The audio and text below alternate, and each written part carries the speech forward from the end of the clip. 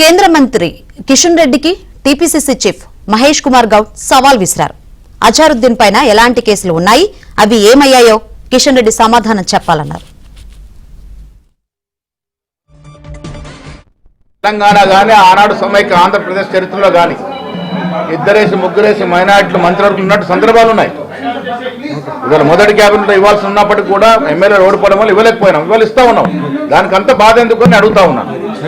అజరుద్దీన్ గారిని క్యాబినెట్ తీసుకోవడం వల్ల మైనార్టీలకి సంక్షేమ అభివృద్ధి చేయడంలో కొంత సులభం అవుతుందని ఉద్దేశంతో వారు తీసుకుంటా ఉన్నాం.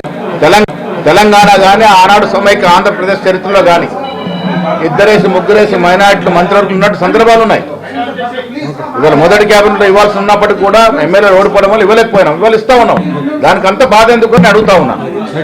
అజరుద్దీన్ గారిని క్యాబినెట్ తీసుకోవడం వల్ల మైనార్టీలకి సంక్షేమ అభివృద్ధి చేయడంలో కొంత సులభం అవుతుందని ఉద్దేశంతో వారు తీసుకుంటా ఉన్నాం.